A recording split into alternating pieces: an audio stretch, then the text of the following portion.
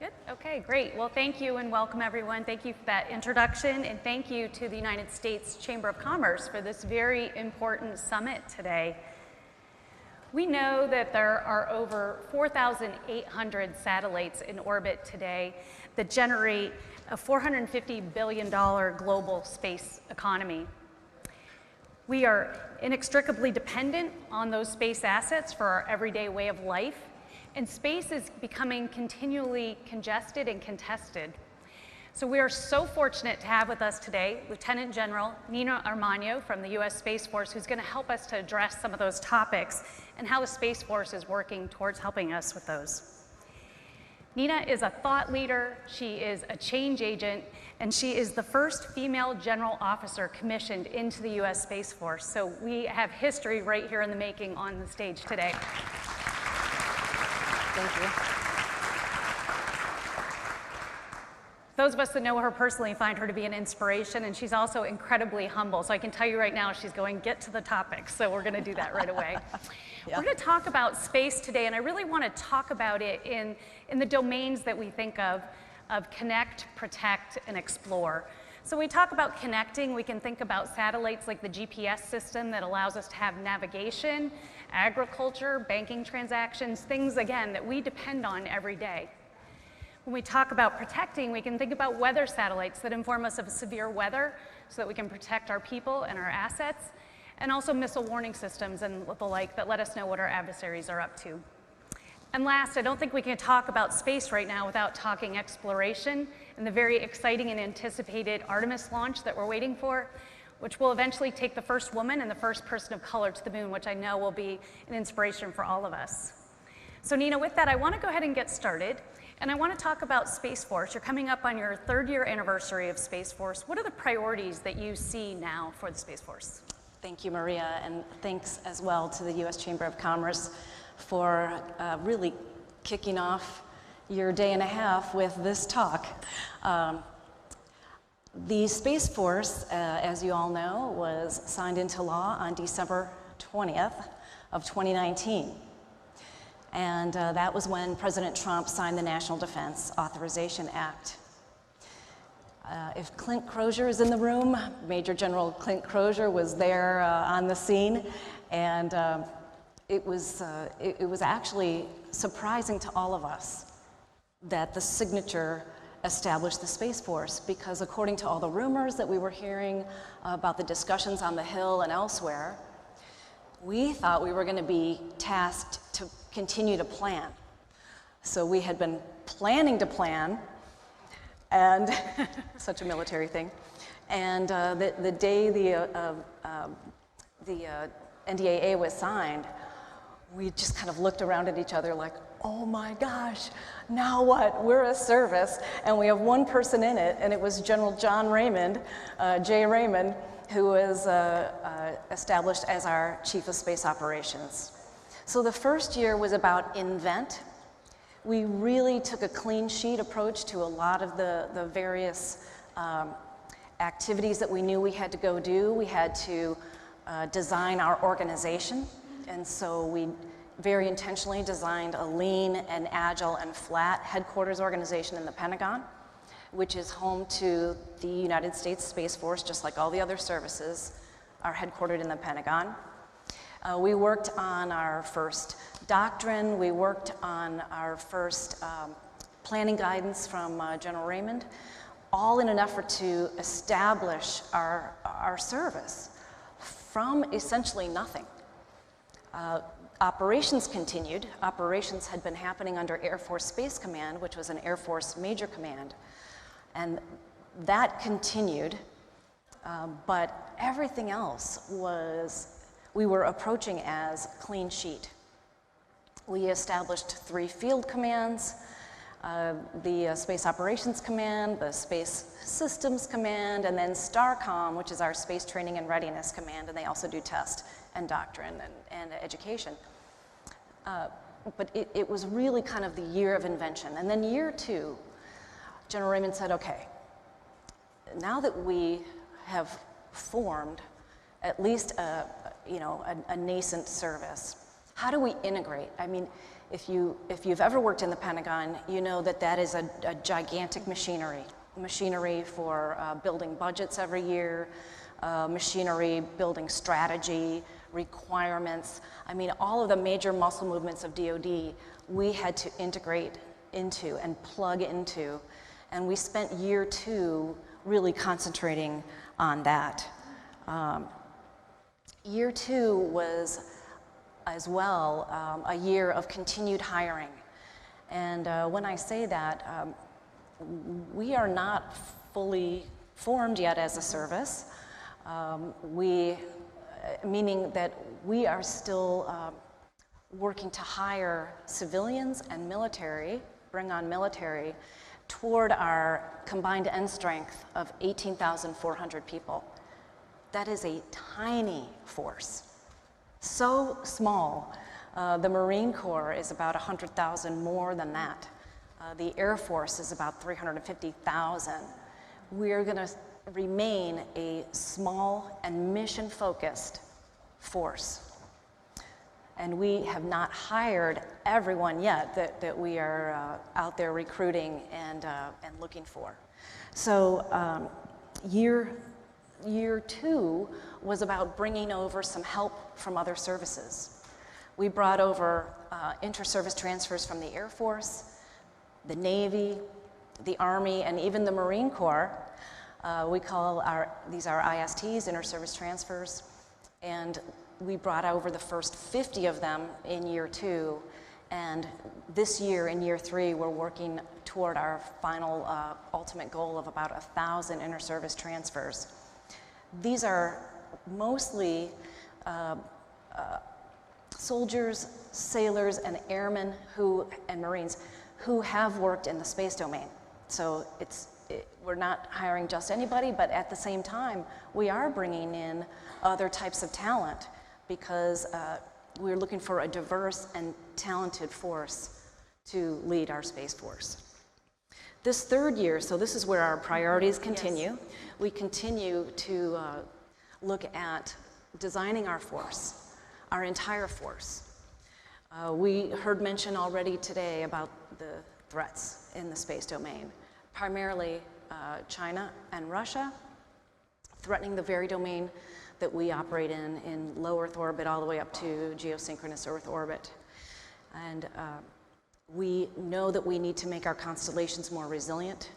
We know we need to build defenses, and we are working on what we're calling force design to analyze, and we're going mission area by mission area, analyze how best to do that. We started with a missile warning, missile tracking mission set, and this year we're continuing with ground moving target indication. We're continuing with ISR, and we're continuing with communication, which we're calling the space data transport layer. So there's tons of stuff going on, as well as continuing to hire and bring in diverse talent from all across the country. Great, thank you. To pull on the thread of the economic opportunity in space, we know right now that economic opportunities in space are at an all-time high. We're seeing really accelerated number of launches of commercial satellites. And with that comes great opportunity, but some concern about debris, space debris in particular. And so I'm curious, what is the Space Force, when you think about the potential of space debris, how do you think about that from an operational risk and how you partner with other agencies or government organizations to mitigate those risks? Absolutely. Debris is quite an issue. Let me go back in time to 2007 when China launched a destructive ASAT and took out one of their defunct weather satellites, causing about 3,000 pieces of debris. Much of that we're still tracking.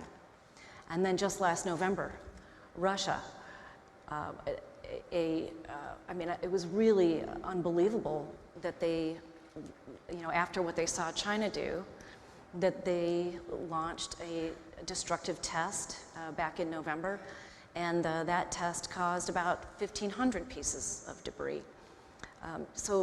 And then debris begets debris, right. So we don't need more of it. We were already tracking debris, as part of our normal day-to-day space domain awareness mission set, using sensors from all over the globe, radars, optical telescopes, and others. We're also relying on commercial companies who are providing capabilities and academia just to track debris.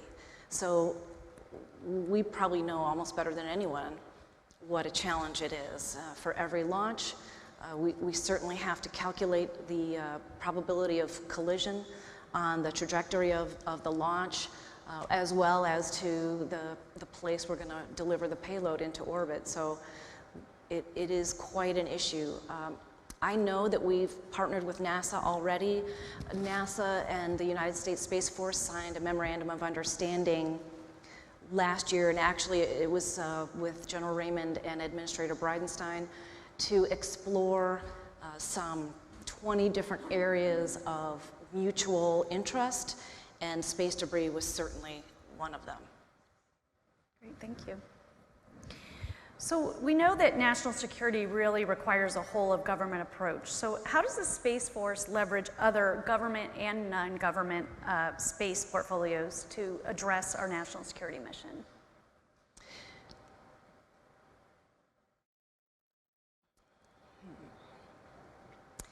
Well, we all have, all of the spacefaring organizations in the government have their own discrete mission sets. So we, to be honest, for years we've kind of worked in our own stovepipes. Mm-hmm. The National Defense Authorization Act established the Space Force to organize, train, and equip Guardians to operate in the space domain and to provide capabilities not only for our joint warfighting peers, but also for national decision makers. And we have been designated to protect and defend all U.S. interests in space, which is a pretty large task, to deter aggression in, from, and to space, and then to continue to provide space operations and continue to provide the exquisite data, best in the world, type of information from all the various mission areas that you're familiar with, GPS, communications, weather, et cetera. And we also have U.S. Space Command now, who was established the year before the Space Force. U.S. Space Command's mission is truly operations. The service organizes, trains, and equips. The service conducts operations and does planning for such operations. That service that combatant commander is also responsible for strategic communications for the space domain and strategic response for any activity that may happen in the space domain. The National Reconnaissance Office is a close partner with a discrete and different mission set. So we work together by developing tactics, techniques, and procedures, especially if crisis were to happen in the space domain. As I mentioned, day to day, the NRO is providing intelligence. The Space Force is day to day providing the exquisite services that they provide from space. But in crisis, the DoD is going to protect and defend those intelligence assets and those NRO assets.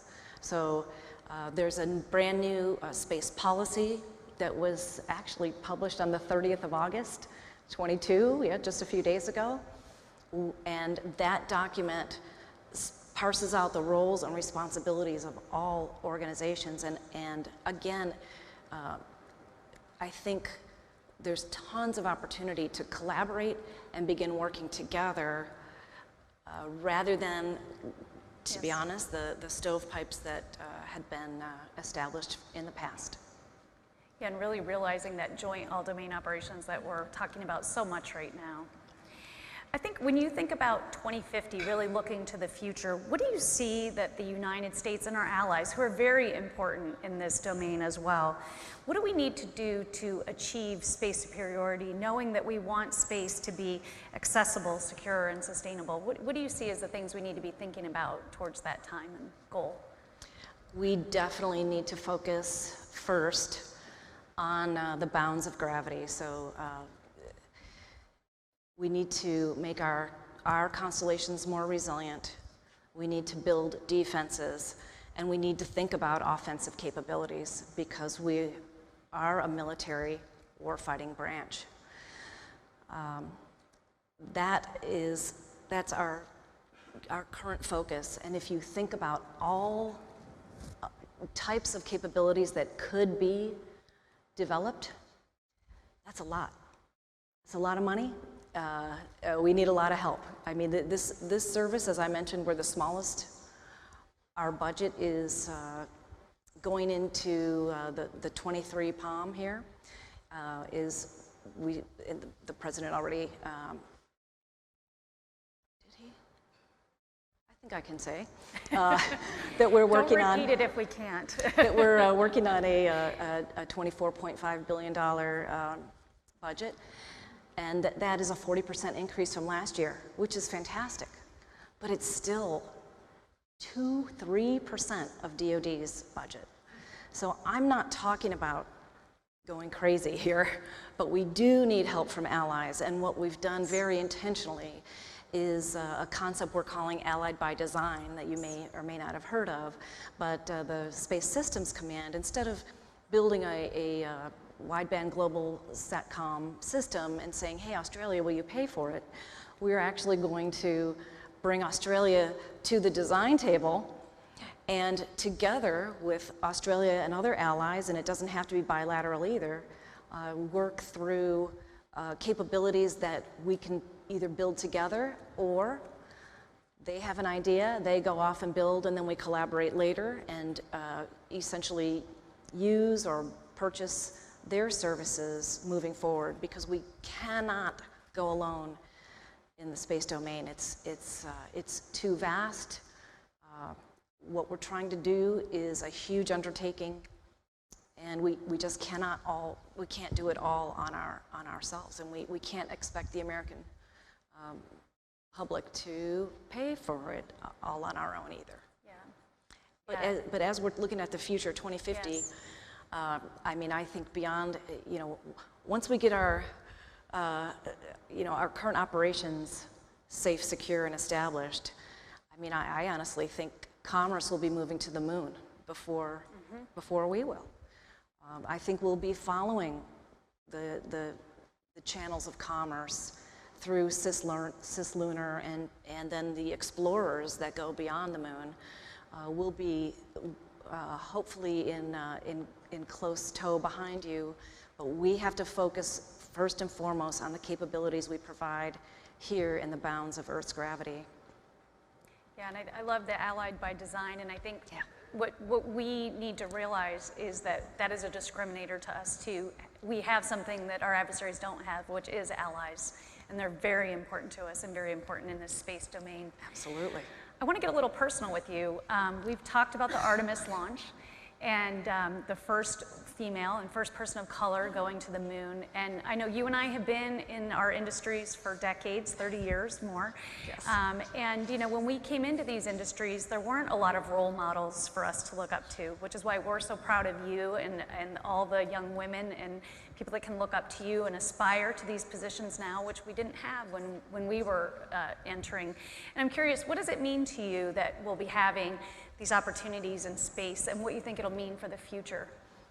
Thanks, Maria, and I think people are looking up to you as well. I mean, I've always respected you, and I wish you all the best, and congratulations on the new positions and new promotions that I keep seeing you move into. It's fantastic. It really does mean a lot to me personally, because when I was in high school, I don't know, my parents told me, you can do or be anything you want to do or be as long as you work hard, put your mind to it, set your goals, and work hard. So I thought about it. What do I want to do? Huh? I want to be an astronaut. I want to be an astronaut. And it's interesting, I meet a lot of women today who once again, want to be astronauts. Yes. So I grew up with a poster of Sally Ride on my bedroom wall. But then I got into, and that propelled me to go to the Air Force Academy, which was a very tough challenge for me. And I graduated with pride, went to my first assignment, and I did not see any women in the space career field. I mean, 0 officers or anyone, of higher rank than me. I met my first fellow officer in the Space Force, Space Operations career field in my second assignment. Well, I spent 4 years at my first one, so this was my second assignment, and we were both captains. So it was a long time before I actually saw anybody I could look up to, as a young woman. And that was a little bit disheartening for the first few years of my career. I honestly wasn't sure that I would continue. I mean, I just had to, bear down, dig deep, and decide, do I really want to continue to do this? Because it was hard to see a place for me, a future role. But I had some fantastic, of course, male bosses and mentors and colleagues who recognized something in me and helped me continue to pursue my dreams, which changed from being an astronaut, obviously, at some point. But